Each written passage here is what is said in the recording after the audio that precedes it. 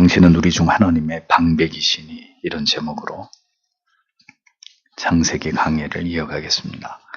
본장에서는 사라의 죽음과 그리고 장지의 구입, 그리고 사라의 장사에 대해서 기록하고 있습니다.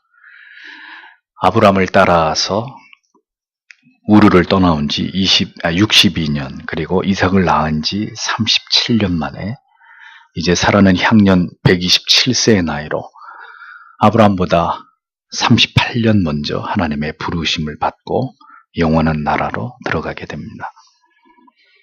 하나님께서 세우신 모든 언약의 자손들의 어머니로서 사라의 인생은 그 남편과 함께 오랜 순례의 여정을 지나온 나그네의 삶이었습니다. 성경은 사라에 대한 다른 언급이 없고, 다만 베드로전서 4장 6절에 보면 사라가 아브라함을 주라 칭하여 복종하였다라는 기록만이 남겨져 있는 것을 볼 수 있습니다. 사실 사라의 신앙에 대해서는 그다지 칭찬을 하거나 교훈을 삼을 만한 여타 내용이 없습니다.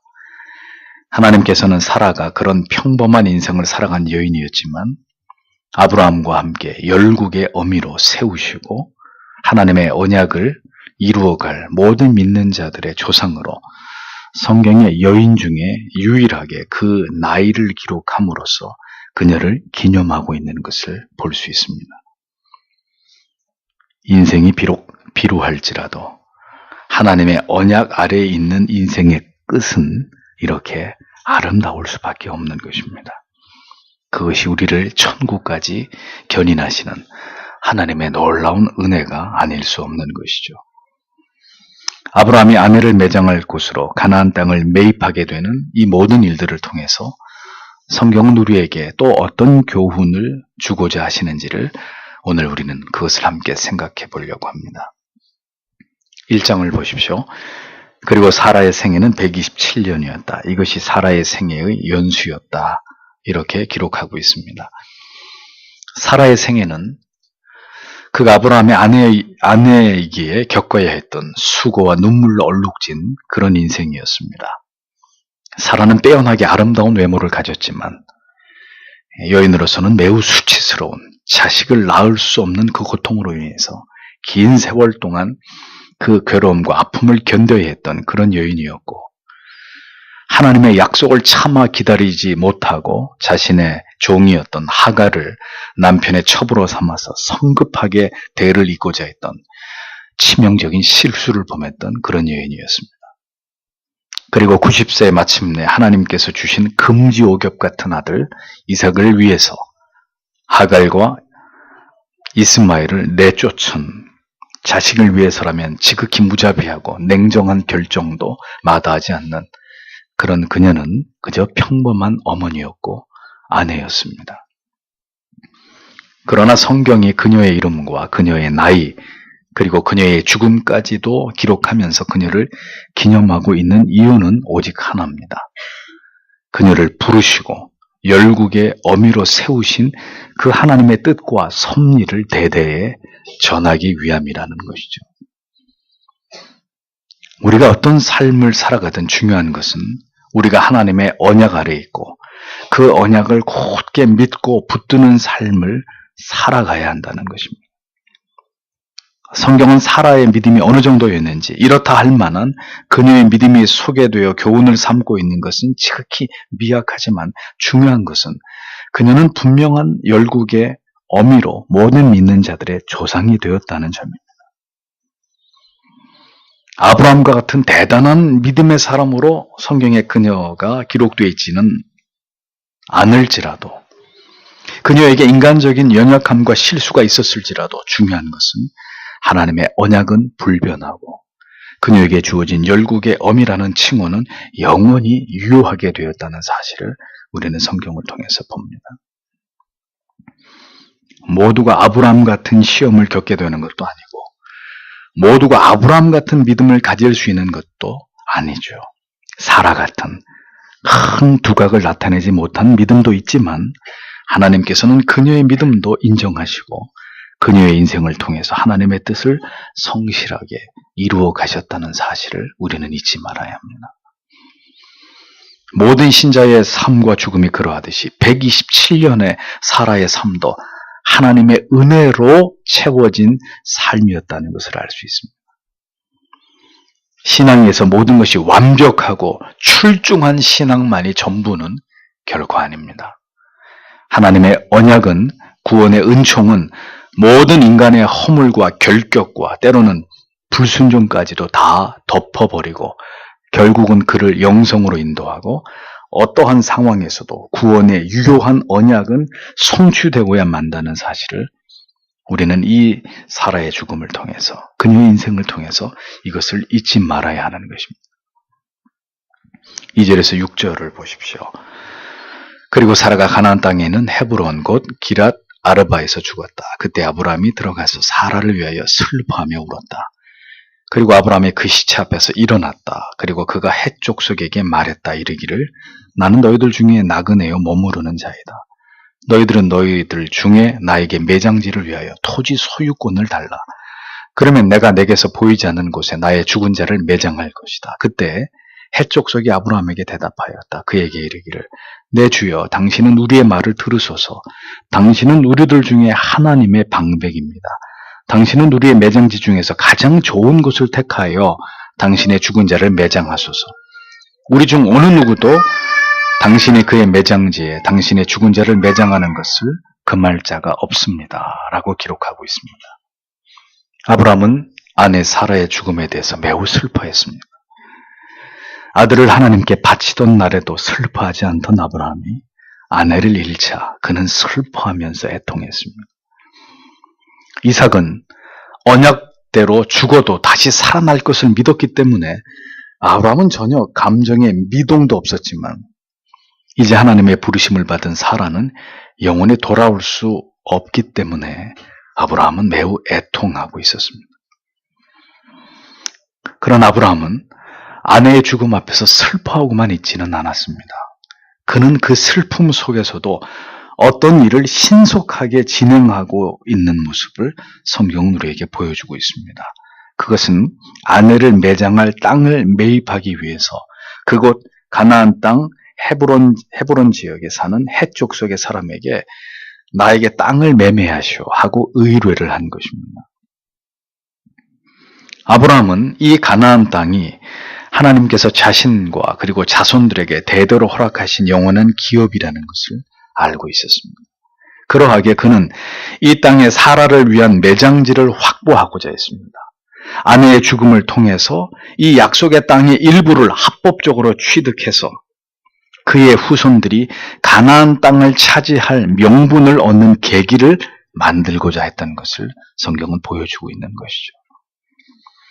아브라함은 아내가 죽은 슬픔 가운데서도 그가 어떻게 지혜롭게 하나님의 언약을 성취하고 진행해 나아가야 될지를 생각했습니다.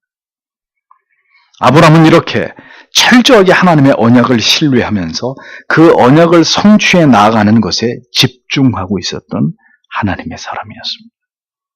사람이 살고 죽는 것은 어찌할 수 없는 일이고 그 가운데서도 아브라함은 믿음의 조상으로서 자신의 해야 할 일들, 자기가 반드시 해야 할 그 일들을 성실하게 이루어가고 있었다는 것입니다. 이러한 모습이야말로 하나님을 신앙하는 자들의 가슴에 새겨야 할 부분입니다. 신자는 어떤 상황 속에서도 하나님의 뜻을 이루는 것을 생각해야 한단 말이죠. 무너지는 슬픔 속에서도 자신이 해야 할 일을 정확하게 그리고 빈틈없이 하나님 앞에서 감당해야 하는 그런 마음의 중심이 서 있는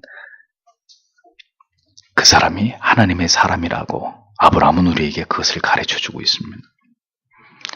아내를 잃은 슬픔 속에서도 아브라함은 이 일을 계기로 하나님의 약속이 더 현실화되고 그 약속을 성취하기 위한 어떤 합법적인 권리를 확보하는 일에 그는 열심을 다하고 있는 모습을 보여줍니다. 아브라함이 얼마나 하나님을 신뢰하면서 그 언약을 굳게 의지하면서 자기의 사명에 최선을 다하고 있었는지를 보여주는 그런 대목이 바로 오늘의 본문에 나타나고 있는 것입니다. 아브라함은 자신을 나그네요, 우거하는 자라고 겸손히 낮추어서 표현하고 있습니다. 그러나 그는 지금은 자신이 이곳에서 나그네에 지나지 않고 다른 나라에 들어와 살고 있는 임시 거류자에 지나지 않지만 언젠가 이 땅은 하나님께서 그에게 약속하신 대로 자신의 후손들이 차지하게 될 기업이 되리라는 것을 굳게 믿고 있었습니다. 아브라함이 자신을 겸손히 낮추면서 땅을 매입하고자 요청한 것과 달리 이미 그 지역에 살고 있는 헷 족속들은 아브라함을 하나님의 방백이라고 부르면서 그를 그렇게 인식하고 있었다는 사실을 성경이 보여줍니다. 방백이라고 번역된 원문의 의미는 하나님께서 높게 하신 자, 이런 의미입니다. 이는 당시 아브라함이 헷 족속으로부터 어떤 인식을 받고 있었는지를 짐작케 하는 부분입니다. 아브라함의 요청에 대해서 헷 족속은 어떻게 했습니까? 매우 정중하게 아브라함에게 경의를 표하면서 기꺼이 그렇게 할 것을 답하고 있었습니다. 이는 아브라함의 삶이 이방인들의 눈에 보기에도 심히 하나님을 경외하는 아주 존경스러운 그런 삶을 살아가고 있었다는 것을 보여주는 방증이 되는 것이죠. 하나님의 방백이란 아브라함이 하나님의 특별한 신임과 보호를 받고 있는 존재라는 것을 사람들이 인식했기 때문에 그를 그렇게 부른 호칭이었습니다. 그리고 그것이 그들로 하여금 이 아브라함의 요청에 대해서 어떤 반대도 하지 않고 기꺼이 그의 요청을 받아들이게 한 이유가 되기도 했습니다. 아브라함이 이렇게 이방인들에게조차도 인정을 받게 된 이유는 무엇 때문일까요? 아브라함이 그 아내 사라와 이 땅에 처음 들어오게 되었을 때 또다시 자신의 아내를 누이라고 속였고 그 일로 하나님께서는 그 지역의 우두머리인 아비멜렉에게 아브라함은 선지자다라고 소개한 것에서부터 비롯된 것이라는 것을 우리는 기억할 수 있습니다. 하나님께서 그렇게 아브라함을 보호하시고 그 지역의 사람 어느 누구도 아브라함을 함부로 할 수 없도록 하나님이 이미 아브라함이 그 땅에 처음 들어왔을 때 어떠한 사건을 통해서 그렇게 조치해 놓으신 것을 성경은 기록하고 있지 않습니다. 그 일 이후로 아비멜렉을 비롯한 그 지역의 모든 사람들은 아브라함은 하나님의 선지자이고 하나님이 지키시는 자다라는 소문이 파다하게 퍼졌고 후에 아비멜렉이 영원히 평화협정을 맺을 정도로 아브라함은 이미 그 지역에서 누구도 건드릴 수 없는 위치에 있게 된 것을 우리는 성경을 통해서 확인할 수 있습니다. 하나님께서는 그렇게 아브라함과 그의 후손들로 하여금 순적하게 하나님이 약속하신 그 땅을 기업으로 얻을 수 있는 모든 준비 작업들을 해놓으셨다는 것입니다. 아브라함이 이제 그 땅을 매입하고자 할 때도 헷 족속으로 하여금 이렇게까지 정중하게 아브라함의 요청을 받아들일 수밖에 없도록 하나님께서는 이 모든 일들을 예비해 놓으신 것입니다. 예비하시는 하나님, 여호와 이레의 하나님은 그렇게 계속해서 아브라함을 위해서 일하고 계셨고 그를 통해서 이루고자 하시는 역사를 하나님은 진행시켜 나아가고 계셨던 것입니다. 사람들은 환경을 탓합니다. 우리가 살고 있는 이 나라가, 이 사회가 문제라고 말합니다. 그렇지만 하나님의 방백으로 불리워졌던 아브라함은 이방 나라라는 환경을 탓하지 않았고 이 땅이 약속의 땅으로 자신의 후손들이, 자손들이 차지하게 될 땅이라는 사실을 그는 의심치 않았습니다. 그러했기에 그는 아내를 잃은 슬픔 가운데서도 그 땅의 일부를 확보해 놓고자 하는 그런 마음으로 하나님의 그를 향한 뜻을 이루고 진행시키고 나아가는 진지한 모습을 드러내고 있었던 것이죠. 우리가 믿어야 되는 것은 무엇입니까? 불안한 이 시대도, 이 나라도, 그 어떤 위정자도 아닙니다. 우리가 믿어야 되는 것은 그것이 하나님의 뜻이라면, 하나님께서 허락하신 것이라면 반드시 그것이 우리에게 이루어지고 우리에게 주어진다는 이 진리입니다. 무엇을 쟁취할 것인가가 문제가 아닙니다. 우리가 원하는 것을 얻을 수 있을까 없을까 이것이 문제가 아니라 오늘도 내가 하나님의 뜻을 준행하고 있으며 그 길로 행하고 있느냐, 우리는 그것을 생각해야 합니다. 우리가 행하고자 하는 것이 하나님의 뜻에 합한 것이라면 하나님이 반드시 길을 여실 것이고 그 하나님의 뜻이 이루어지도록 도울 것이기 때문이죠. 결국 우리에게 영원한 나라를 기업으로 주실 하나님의 언약, 오늘도 우리가 굳게 붙들어야 하는 것은 그 영원한 나라의 상속권이고 이 땅이 아닌 하늘에 우리를 위해 준비되고 있는 영원한 하나님의 나라라는 것을 우리는 기억해야 합니다. 그 나라를 바라보고 소망하고 꿈꾸는 사람은 이 땅의 것에 연연하는 사람들이 아닙니다. 이 세상을 두려워하는 사람들이 아닙니다. 오늘도 당당히 우리가 누릴 권리를 주장하고 그 약속의 기업을 얻기 위해서 믿음의 길을 걸어가는 사람들, 그 사람들이 하나님의 사람들인 것이죠. 아브라함은 하나님의 방백이라는 칭호를 받고 있었습니다. 성도 여러분, 이 세상에서 우리에 대한 평가는 어떻습니까? 오늘 그리스도인들의 별명은, 이 세상에서의 그들의 별명은 하나님께서 높이시는 자들입니까? 우리가 어디서 무엇을 하든 사람들은 영원한 나라를 바라보고 소망하면서 영생을 꿈꾸는 우리를 보면서 저 사람은 하나님이 지키는 사람이고 하늘의 소망을 둔 사람이다 라고 우리를 그렇게 인정하고 있는지를 생각해 봐야 합니다. 아브라함을 향해서 헷 족속은 내 주여, 당신은 하나님의 방백입니다. 이런 표현을 통해서 아브라함이 그 이방인들에게 얼마나 하나님을 경외하는 그의 신앙을 통해서 선한 영향력을 미치고 있었는지를 우리는 충분히 가늠할 수 있지 않습니까? 믿음이 있고 하나님을 경외하는 자들은 어떤 면에서 세상 사람들이 보기에 마땅히 이러한 인식을 만들어낼 수 있는 그런 사람들이 되어야 하는 것이죠. 하나님을 의지하고 주일이면 교회 간다는 사람들이 어떤 문제가 터지면 더 안달복달하고 더 어쩔 줄 모르고 더 초조하고 불안해하고 조급해한다면 사람들이 우리를 하나님의 방백이라고 부를 까닭이 있겠습니까? 왜 이 시대에는 이렇게 세상으로부터 그리스도인들이 하나님을 경외하는, 하나님께로부터 보호를 받는 자들로 그리스도인들이 인식되지 못하고 있는 것일까요? 그것은 너무나 당연한 일입니다. 신자 가운데 그만큼 하나님을 절대적으로 신뢰하고 경외하는 자들이 그리 많지 않기 때문입니다. 우리에게 깊은 반성과 성찰이 필요한 부분입니다. 아브라함이 그토록 약속의 땅에 목말라하고 그 터전을 만드는 일을 위해서 노력했다면 오늘의 우리는 무엇을 위해서 노력하고 그것을 바라보아야 할까요? 성도 여러분, 눈을 들어서 영원한 나라를 바라보십시오. 그 나라를 소망하십시오. 하나님의 나라는 이 세상에 세워지는 나라가 아닙니다. 이 세상은 절대로 정의로울 수 없고 공평할 수 없고 평화로울 수 없는 것입니다. 이 세상에서 공의와 참된 정의를 기대해서는 안 됩니다. 세상은 점점 더 멸망을 향해서 하나님을 대적하는 방향을 향해서 더 가속을 낼 것입니다. 경건한 그리스도인들, 그들은 이 세상에서 뭘 바라고 기대할 수 있겠습니까? 아내를 잃은 슬픔 속에서도 하나님께서 주시기로 한 그 땅을 바라보고 그것을 위해서 자신이 해야 할 일들을 묵묵히 감당하고 있는 아브라함처럼 우리도 이 세상에서 어떤 슬픔과 고난이 있을지라도 어떤 불합리하고 정의가 훼손되고 더욱 불안한 세상이 우리에게 찾아올지라도 우리가 바라보아야 할 것은 이 세상과 이 나라가 아닙니다. 하나님이 통치하시는 영원한 하나님의 나라여야 한다는 것을 우리는 잊지 말아야 할 것입니다. 해족속들은 대답하기를 우리 중에 어떤 묘실이라도 그 중에 가장 좋은 것을 마음대로 취하라고 흔쾌히 허락을 하고 있습니다. 그것도 돈을 내지 말고 그냥 가져가라고 이야기합니다.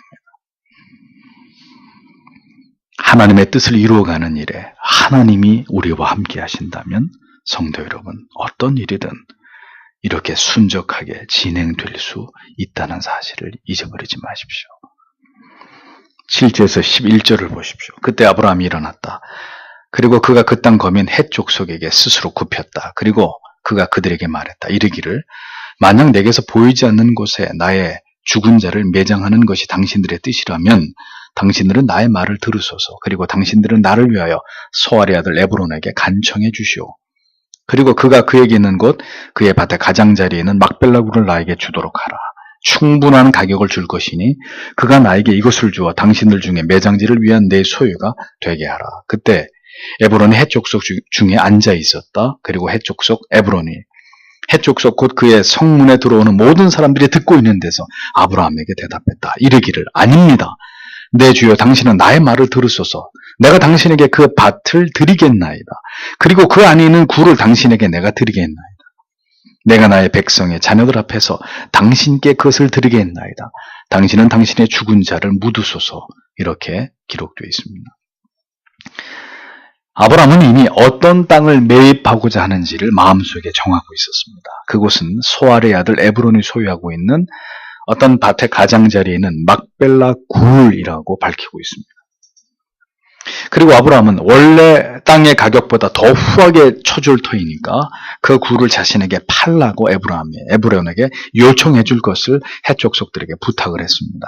그런데 이미 그 자리에 에브론이 아브라함의 말을 듣고 있었고, 에브론은 즉각 아브라함에게 자기의 밭에 있는 굴뿐만이 아니라 밭까지 전체를 다 무상으로 아브라함에게 주겠노라고 많은 사람들이 증인이 되어 있는 그 자리에서 그렇게 대답하고 있었다는 거죠. 참으로 보기 드문 이방인들의 호의가 아닐 수 없었습니다.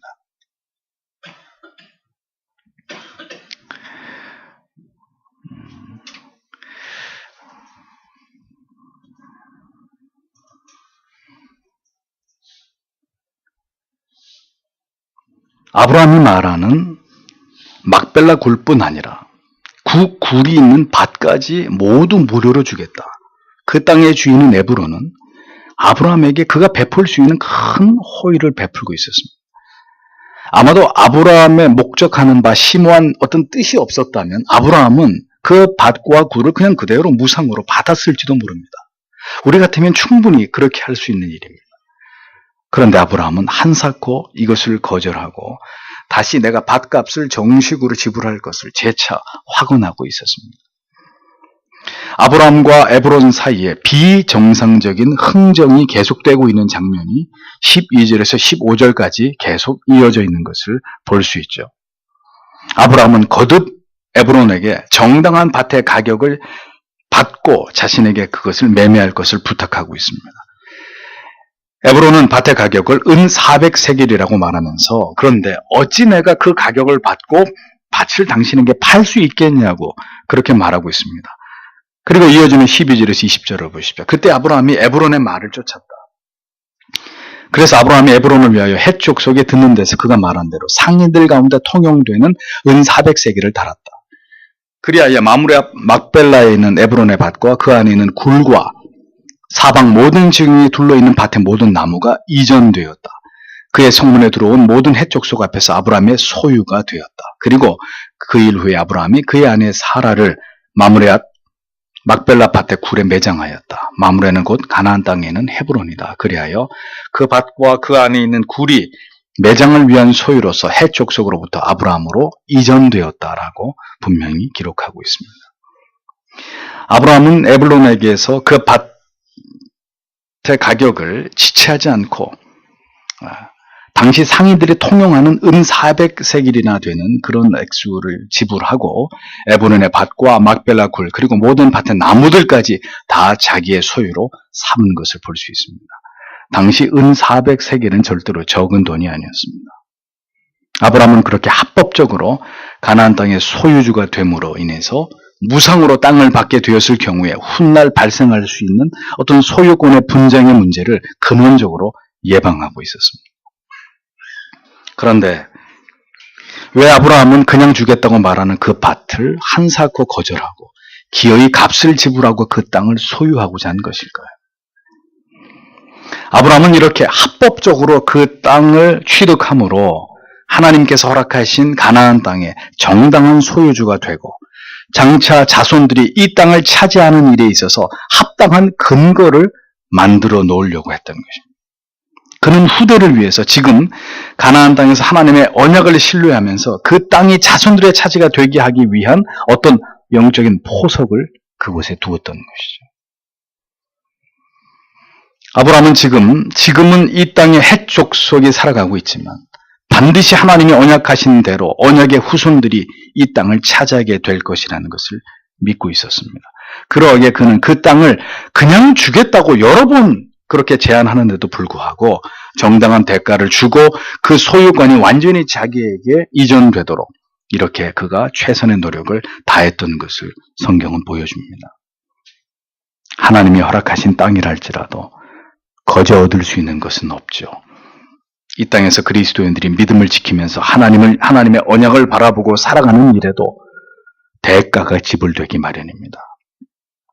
그것이 세상에서 그리스도인들이 살아가는 방식이라는 것이죠.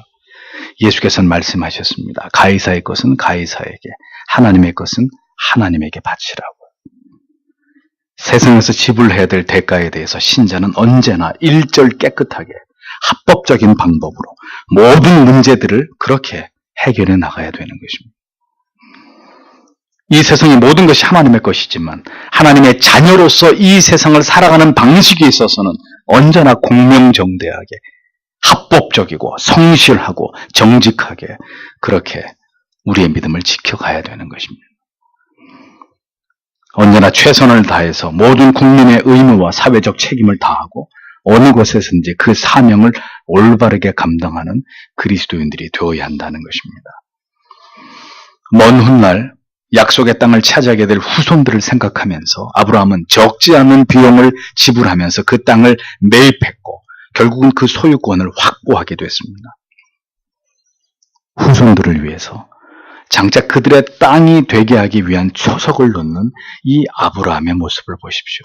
그것도 그의 아내가 죽은 큰 슬픔 가운데서도 그는 이 일을 이루어내고야만 합니다. 믿음의 선조들, 믿음의 선진들이 감당해야 될 일들이 바로 이와 같은 일들입니다. 먼 훗날을 내다보고 무엇인가 우리의 믿음의 후손들의 삶의 기반이 되고 기틀이 되고 아름다운 전통이 될 어떤 가치들을 지켜내는 일, 그리고 그것을 마련해 놓는 일, 그것이 믿음의 앞선 세대들이 책임져야 되는 일들입니다. 아브라함은 아내를 잃은 슬픔 가운데서도 거기까지를 내다보고 있었습니다.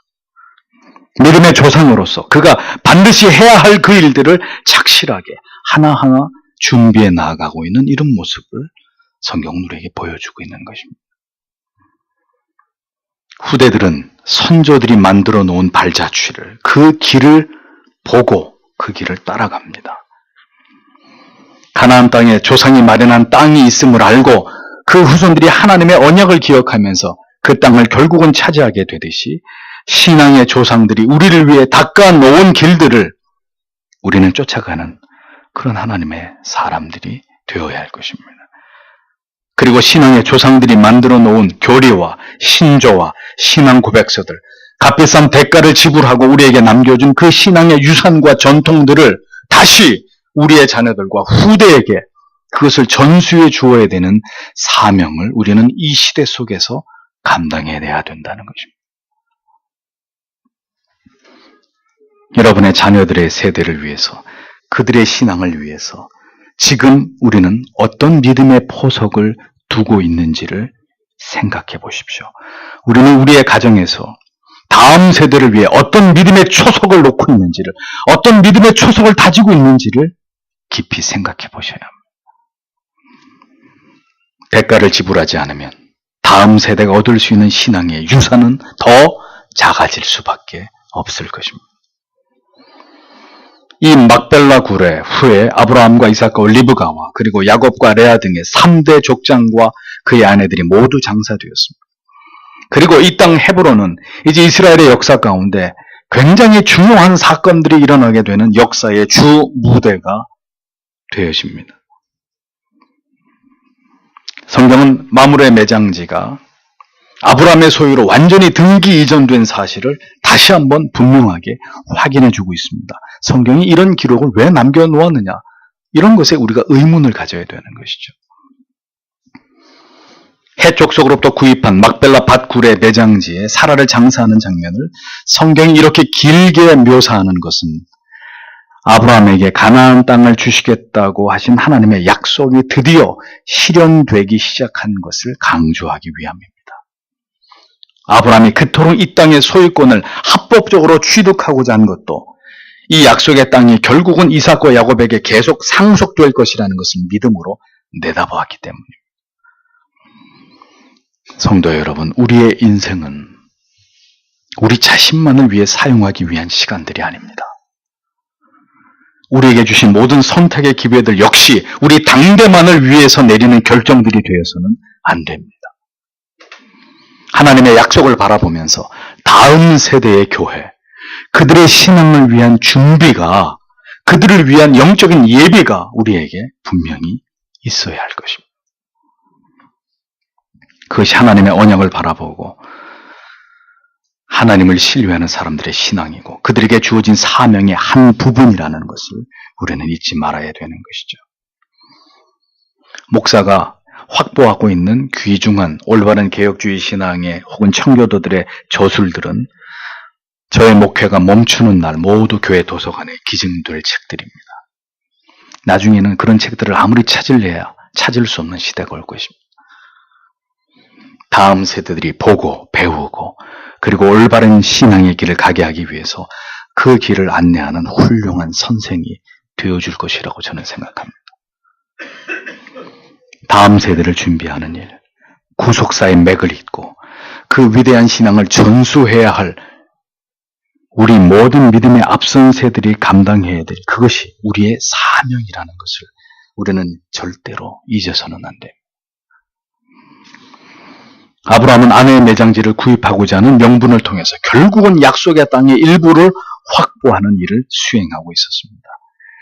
믿음의 앞선 세대의 몫은 이렇게 길을 닦는 것입니다. 터전을 만들어 놓는 것입니다. 후손들이 신뢰하고 쫓아올 수 있는 올바르고 확고한 그런 신앙의 길을 닦아 놓는 것입니다. 그래서 예레미야 6장 16절은 여호와께서 이같이 말씀하시되 너희는 길에 서서 보며 옛적 길 곧 선한 길이 어디인지 알아보고 그리로 행하라. 너희 심령이 평안을 얻으리라 라고 말씀했습니다. 선조들의 사명은 믿고 따라갈 수 있는 옛길, 선한 길을 만들고 그리고 그 길로 행하는 것입니다. 잠언 22장 28절은 내 손조에 세운 옛 지계석을 옮기지 말지니라 라고 말씀합니다. 지계석이란 고대 근동지방에서 전답이나 행정구역 또는 국가 간의 경계를 표시하기 위해서 세워둔 도를 가리킵니다. 선조들이 세워놓은 지계석을 임의로 옮기지 말라. 무슨 뜻입니까? 바른 전통, 바른 영적인 지표, 그 기준을 후대들이 함부로 지워서는 안 된다는 거예요. 그러면 선조는 뭘 만들어 놔야 되는 것입니까? 그렇게 하나님을 신앙하는 올바른 삶의 기초, 그 전통, 그 기반과 근거를 분명히 그 시대 속에서 만들어 놔야 되는 것이죠. 정확한 선을 그어두는 것입니다. 여기까지가 우리 땅이라고 그곳에 도를 세워놓는 일, 선조들이 해야 할 일이죠. 무엇이 진리고 진리가 아닌지, 어떤 것이 바른 교리이고 바른 교리가 아닌지, 어떤 것이 참된 바른 믿음이고 어떤 것이 바른 믿음이 아닌지 그것을 분명하게 밝히고 우리가 만들어가는 전통 속에 그것을 분명하게 세워놓고 각인해 놓는 것입니다. 그것이 믿음의 앞선 세대가 감당해야 될 몫이라는 것입니다. 한국교회는 후대에게 물려줄 거룩한 유산들을, 위대한 전통들을 모두 다 잃어버렸습니다. 우리의 후대들이 어떤 믿음을 좇아서 하나님을 신앙할 것인지에 관해서 이제 우리는 심히 우려하지 않을 수 없는 그런 상황에 처하게 되었습니다. 다만 이 사실을 알고 있는 저와 여러분만이라도 더 늦기 전에 아브라함이 가나안 땅의 한 부분이라도 소유권을 확보해 두려고 했던 것처럼 그 마음으로 다음 세대에게 남겨줄 참된 신앙의 유산을 세우고 그것을 마련하는 일에 모든 노력을 다해야 된다는 것입니다. 오늘 우리가 만들어 놓은, 우리가 세워놓은 신앙의 아름다운 전통이 다음 세대의 믿음을 만들어 갈 것이고 어두움 가운데 그들이 어느 길로 행해야 될지를 비춰주는 등불이 될 것입니다. 다음 세대를 위해서 우리는 무엇을 만들어 놓아야 하고 무엇을 확보해야 되고 어떤 신앙의 전통과 그 가치를 수호해내야만 될지를 우리는 오늘 그것을 언제나 진지하게 생각해야 되는 것입니다. 그것이 믿음의 앞선 세대가 하나님 앞에서 감당해야 될 중요한 사명이고 책임이라는 것을 잊어서는 안 될 것입니다. 성도 여러분, 우리의 영원한 영적인 가나안이 어디입니까? 이 세상입니까? 아닙니다. 영원한 천국이 하나님이 우리에게 주고자 하시는 궁극의 기업입니다. 우리의 땅은 이 세상에 있지 않습니다. 하나님의 나라에 우리가 받을 영원한 기업이 그곳에 있습니다. 우리가 장차 거하게 될 새 하늘과 새 땅에서 모든 믿음의 선진들과 후손들이 다시 손을 마주잡고 다시 그곳에서 하나님이 우리에게 베푸신 그것들을 마음껏 누리게 될 그 날을 소망하면서 오늘도 우리는 이 세상을 살아가는 동안에 그의 나라와 그의 의를 위한 가장 중요하고 가치 있는 일에 우리는 헌신하면서 그리고 그 일에 충성하면서 이 땅에서 주어진 우리의 연수들을 채워가는 그런 삶을 하나님 앞에서 살아가야 되는 것이죠. 성경은 이 사라의 죽음을 다루면서 아브라함이 이 계기를 통해 막벨라 굴을 확보했다는 사실, 이 기사를 우리에게 보여주면서 그 말씀 안에 담겨있는 이러한 영적인 의미를 우리에게 오늘도 웅변하고 있는 것입니다. 아브라함이 그 땅의 일부를 후대에게 남겨놓았다면 오늘 이 시대를 살아가고 있는 그리스도인 여러분은 다음 세대에게, 여러분들의 자녀들에게 무엇을 남겨놓으시겠습니까? 오늘도 이 말씀을 통하여 우리에게 주신 사명이 무엇인지를 깊이 생각하는 은혜가 여러분 모두에게 있어야 할 줄 믿습니다. 기도하겠습니다.